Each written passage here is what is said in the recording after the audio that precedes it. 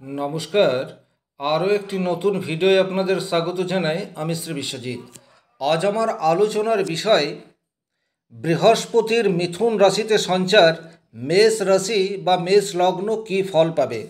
অর্থাৎ আপনার জন্ম রাশি যদি হয় মেষ অথবা জন্ম লগ্ন যদি হয় মেষ, সেক্ষেত্রে এই ভিডিওটি আপনার জন্য। বৃহস্পতিদেব বর্তমানে বৃষ রাশির ঘরে অবস্থান করে রয়েছে। 14ই মে অর্থাৎ 14/5/2025 বৃহস্পতিদেব মিথুন রাশির ঘরে অবস্থান করবে, অর্থাৎ এই ঘরটিতে।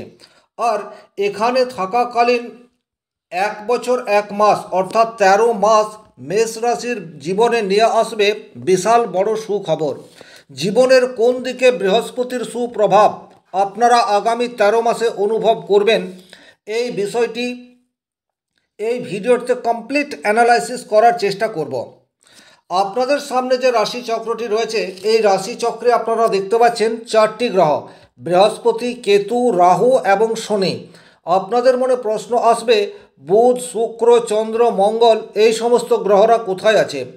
এক্স্যাক্টলি এই সমস্ত গ্রহরাও রাশি চক্রে রয়েছে, কিন্তু এই গ্রহগুলি এক একটা রাশিতে খুব অল্প সময় ধরে থাকে, তাই এদের প্রভাব খুব একটা বোঝা যায় না। কিন্তু বৃহস্পতিদেব 13 মাস মিথুন রাশির ঘরে অবস্থান করবে, রাহু 18 মাস কুম্ভ রাশির ঘরে অবস্থান করবে, কেতু 18 মাস সিংহ রাশির ঘরে অবস্থান করবে এবং শনি 2.5 বছর মীন রাশির ঘরে অবস্থান করবে। তাই এই সমস্ত গ্রহের প্রভাব দীর্ঘদিন ধরে চলে এবং আমরা সেটা খুব সহজেই বুঝতে পারি। মূল আলোচনায় যাবার আগে আরও একটা বিষয় বলবো, রাশিচক্রে শুধু যে বৃহস্পতির প্রভাব পড়বে তা নয়, এই গ্রহগুলির প্রভাব সেটিও আমাদের জীবনে আসবে। তাহলে জীবনের কোন কোন ক্ষেত্রে আমাদের সুফল আসতে পারে, কোথায় একটু সাবধানতা অবলম্বন করার প্রয়োজনীয়তা রয়েছে, ভিডিওটিতে কমপ্লিট অ্যানালাইসিস করব। চ্যানেলে নতুন হয়ে থাকলে চ্যানেলটিকে সাবস্ক্রাইব করে পাশে থাকা অল নোটিফিকেশান বেল আইকনটি প্রেস করে দেবেন এবং বেশি বেশি করে শেয়ার করে দেবেন। চলে আসছি মূল আলোচনায়। দেখুন, কালপুরুষের তৃতীয় রাশি হচ্ছে মিথুন রাশি। মিথুন রাশিতে বৃহস্পতি চলে যাওয়া এটি কিন্তু রাশি সাপেক্ষে খুব একটা শুভ ফল নয়, কারণ বৃহস্পতির সঞ্চার তৃতীয় রাশিতে খুব যে শুভ সেই রূপ নয়। কিন্তু জ্যোতিষশাস্ত্রের সবচেয়ে শুভ গ্রহ হিসেবে বৃহস্পতিকেই ধরা হয়। যাদের জন্মকুণ্ডলিতে দেবগুরু বৃহস্পতি শুভভাবে রয়েছে, তারা কিন্তু জীবনে যতই প্রতিকূলতা আসুক না কেন, সেই প্রতিকূলতাকে কাটিয়ে উঠতে পারে। এখন যেহেতু বৃহস্পতি আপনার রাশি বা লগ্নের তৃতীয় রয়েছে, তাই আপনি যদি যে কোনো ধরনের হস্তশিল্পের সাথে যুক্ত হয়ে থাকেন, সেক্ষেত্রে কিন্তু আপনার পজিটিভ ইম্প্যাক্ট আসতে চলেছে। অর্থাৎ আপনি এমন কোনো কাজ করেন যেখানে আপনার হাতের কাজ অনেক বেশি প্রয়োজন, বা যে কাজটি করেন সেখানে হাতের ইমপ্লিমেন্টেশন খুব বেশি মাত্রায় থাকে, তাহলে কিন্তু বৃহস্পতির শুভ প্রভাব এটি আপনি পেতে যাচ্ছেন। এছাড়া বৃহস্পতির 3টি দৃষ্টি রয়েছে, আর বৃহস্পতির দৃষ্টি সেটি কিন্তু অমৃত সমান, এটি শাস্ত্রে উল্লেখ করা রয়েছে। তাহলে বৃহস্পতির 5ম দৃষ্টি সরাসরি আপনার 7ম ভাবের উপর পড়বে, কারণ আপনার রাশি বা লগ্ন হচ্ছে মেষ, আর সরাসরি আপনার 7ম ভাবের উপর পড়ছে। দেখুন, এই জায়গায় কিন্তু যাদের বিবাহ হয়নি তাদের কিন্তু বিবাহের যোগ সেটি উপস্থিত হচ্ছে।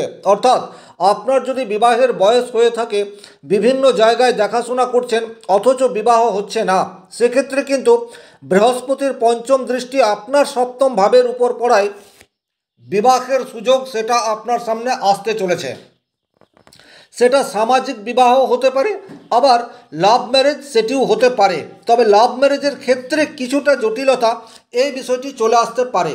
কেন লাভ ম্যারেজের ক্ষেত্রে কিছু জটিলতা আসতে পারে? কারণ 5ম ভাব থেকে লাভ বা প্রেম এই বিষয়টি বিচার করা হয়, আর সেখানে কেতু উপস্থিত হয়ে রয়েছে। তাই প্রেম বিবাহের ক্ষেত্রে কিছুটা সমস্যা সেটি আসতে পারে, কিন্তু তা হলেও দীর্ঘদিন ধরে যদি আপনি প্রেম করছেন, সেক্ষেত্রে কিন্তু আগামী 13 মাসের মধ্যে বিবাহ হওয়ার সম্ভাবনা সেটি প্রবলভাবে ইন্ডিকেট করছে। দ্বিতীয় বিবাহ ক্ষেত্রে কি হতে পারে? যাদের বিবাহিত জীবনে প্রচুর প্রবলেম রয়েছে, তাদের কিন্তু সেই প্রবলেমের জায়গায় কিছুটা সলিউশন এই জায়গাটি কিন্তু আসতে চলেছে। অর্থাৎ সম্পর্কের তিক্ততা সেটি থাকলেও সেটি কিন্তু নষ্ট হতে যাচ্ছে এবং সম্পর্কে মধুরতা এই বিষয়টি আসতে যাচ্ছে। কারণ বৃহস্পতির দৃষ্টি আপনার সপ্তম ভাব অর্থাৎ লাইফ পার্টনারের উপর পড়ছে, এই বিষয়টি দেখতে হবে। কিন্তু একই সাথে যাদের বিবাহিত জীবনে প্রচুর সমস্যা রয়েছে, দীর্ঘদিন ধরে কোনো আইনি জটিলতার মধ্যে রয়েছেন, অর্থাৎ ডিভোর্স করার বা পাওয়ার মতো পরিস্থিতি তৈরি হয়ে রয়েছে, তাদের কিন্তু এই সময়সীমায় ডিভোর্স হওয়া বা বিচ্ছেদ হওয়ার সম্ভাবনা সেটিও হয়ে যাবে। অর্থাৎ বিবাহ ক্ষেত্রে যে জটিলতা রয়েছে সেটির থেকে আপনারা সরাসরি মুক্তি পেতে যাচ্ছেন। কেন? তার কারণ হচ্ছে আপনার রাশি বা লগ্ন সাপেক্ষে ষষ্ঠভাবে শনিদেব অবস্থান করে রয়েছে, অর্থাৎ মীন রাশির ঘরে। আর ষষ্ঠ ভাব থেকে আইনি জটিলতা থেকে মুক্তি এই বিষয়টি ইন্ডিকেট করে থাকে। তাহলে বৃহস্পতির পঞ্চম ভাবে দৃষ্টি একই রকমভাবে যাদের বিবাহ হয়নি তাদের বিবাহ হওয়ার সম্ভাবনা সেটি তৈরি করে দিচ্ছে। বিবাহ ক্ষেত্রে ছোটোখাটো ঝুট ঝামেলা রয়েছে, সেই জায়গাটিতে মধুরতা এই বিষয়টি নিয়ে আসছে। আবার বিবাহ ক্ষেত্রে প্রচুর সমস্যা, যারা চিন্তাভাবনা করছেন যে আর একসাথে থাকা যাবে না, তাদের জন্যেও কিন্তু সুযোগ অর্থাৎ ডিভোর্স হওয়ার সম্ভাবনা সেটিকেও প্রমিনেন্টভাবে ইন্ডিকেট করছে। তাহলে বিবাহ ক্ষেত্রে এর একটা প্রভাব থাকছে। দ্বিতীয় বৃহস্পতির যে দৃষ্টি সেটি সপ্তম ভাবের উপর পড়বে, অর্থাৎ আপনার রাশি বা লগ্ন সাপেক্ষে নবম ভাবের উপর পড়ছে। এটি হচ্ছে মেষ রাশি বা মেষ লগ্ন, তার নবম ভাবে বৃহস্পতির দৃষ্টি। নবম ভাব হচ্ছে ভাগ্যস্থান। আপনারা প্রত্যেকেই আমার সাথে একমত হবেন, আমরা অনেক সময় প্রচুর পরিশ্রম করি, কিন্তু সেই পরিশ্রমের আশানুরূপ ফল সেটা কিন্তু আমরা পাই না। কিন্তু যেইমাত্র দেবগুরু বৃহস্পতির দৃষ্টি আপনার নবম ভাবের উপর পড়বে অর্থাৎ ভাগ্যস্থানে পড়বে, সুতরাং ভাগ্যের উন্নতি এই বিষয়টি কিন্তু দেখতে পাওয়া যাবে। এখন ভাগ্যের উন্নতি বলতে কি বোঝায়? ভাগ্যের উন্নতি বলতে আপনি যে কর্ম করছেন সেই কর্মের রেজাল্ট সেটি আপনি পেতে শুরু করবেন।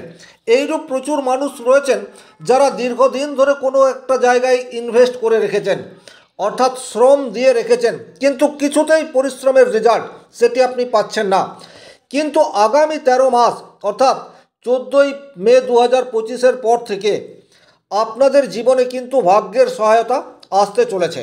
2 নম্বর, যাদের বাবার সাথে সম্পর্কের অবনতি হয়ে ছিল তাদের কিন্তু সেই জায়গাটায় মেরামতি এই বিষয়টি আসতে চলেছে।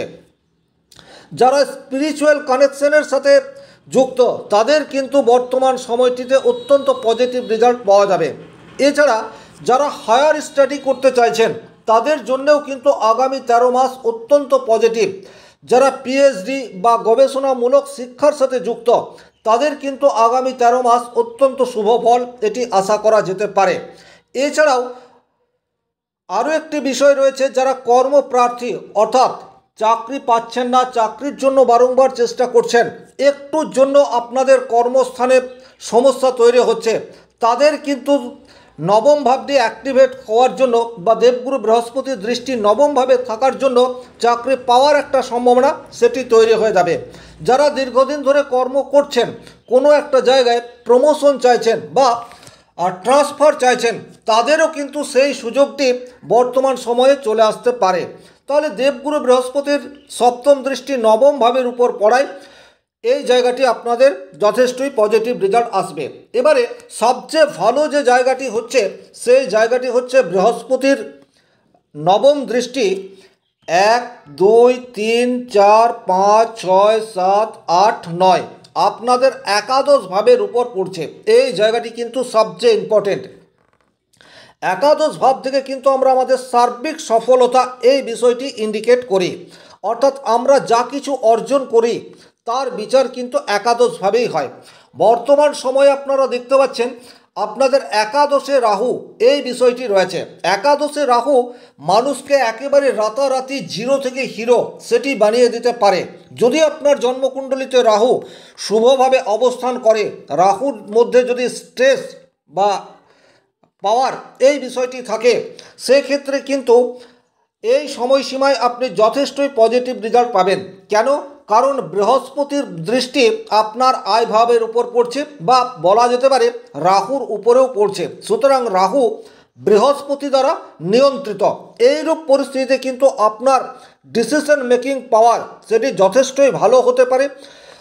হঠাৎ করেই বা খুব অল্প পরিশ্রম করে অধিক উপার্জন এই বিষয়টি করে ফেলতে পারেন। লটারি, ফাটকা, শেয়ার মার্কেট এই সমস্ত জায়গা থেকে আপনাদের প্রচুর অর্থ আসার জায়গা সেটি তৈরি হতে পারে। কোন জায়গায় আপনাদের একটু সাবধানতা অবলম্বন করতে হবে? দেখুন, মেষ রাশির বর্তমানে 7.5 পিরিয়ড এটি শুরু হয়ে গেছে। রাশি বা লগ্ন সাপেক্ষে আপনার শনিদেব দ্বাদশভাবে অবস্থান করছে, অর্থাৎ ব্যয়ভাবে অবস্থান করে রয়েছে। সুতরাং এখানে স্বাস্থ্য নিয়ে কিছুটা উদ্বেগ সেটা তৈরি হতে পারে। আবার একই রকমভাবে স্বাস্থ্যজনিত কারণে প্রচুর ব্যয় এই বিষয়টিও কিন্তু আপনাদের হয়ে যেতে পারে। তাহলে সেটি কিন্তু নির্ভর করছে আপনাদের জন্মকুণ্ডলিতে শনিদেব কীরূপ অবস্থায় রয়েছে তার উপর। ওভারঅল যদি বলা যায় তাহলে বৃহস্পতির মিথুন রাশিতে সঞ্চার এটি আপনাদের বিবাহ ক্ষেত্রে পজিটিভ রেজাল্ট নিয়ে আসবে। আপনাদের ভাগ্যস্থানকে কিছুটা ইনফ্লুয়েন্স এই ব্যাপারটি করে দেবে। আপনাদের আয় ভাবকেও কিছুটা এগিয়ে নিয়ে যাওয়ার চেষ্টা সেটিও দেবগুরু বৃহস্পতি করবে। তবে স্বাস্থ্য সংক্রান্ত কিছু সমস্যা সেটি আসতে পারে। আবার স্বাস্থ্যজনিত কারণে অতিরিক্ত ব্যয় এই বিষয়টিও চলে আসতে পারে। তাহলে আজকের ভিডিও এই পর্যন্তই। ভিডিওটি ভালো লাগলে লাইক করবেন, কোথাও কোনো প্রশ্ন বা সংশয় থাকলে কমেন্ট বক্সে লিখে জানাবেন। চ্যানেলে নতুন হয়ে থাকলে সাবস্ক্রাইব করে পাশে থাকা অল নোটিফিকেশন বেল আইকনটি প্রেস করে দিন। আজকের মতো বিদায় নিচ্ছি। ভালো থাকুন, সুস্থ থাকুন, ধন্যবাদ।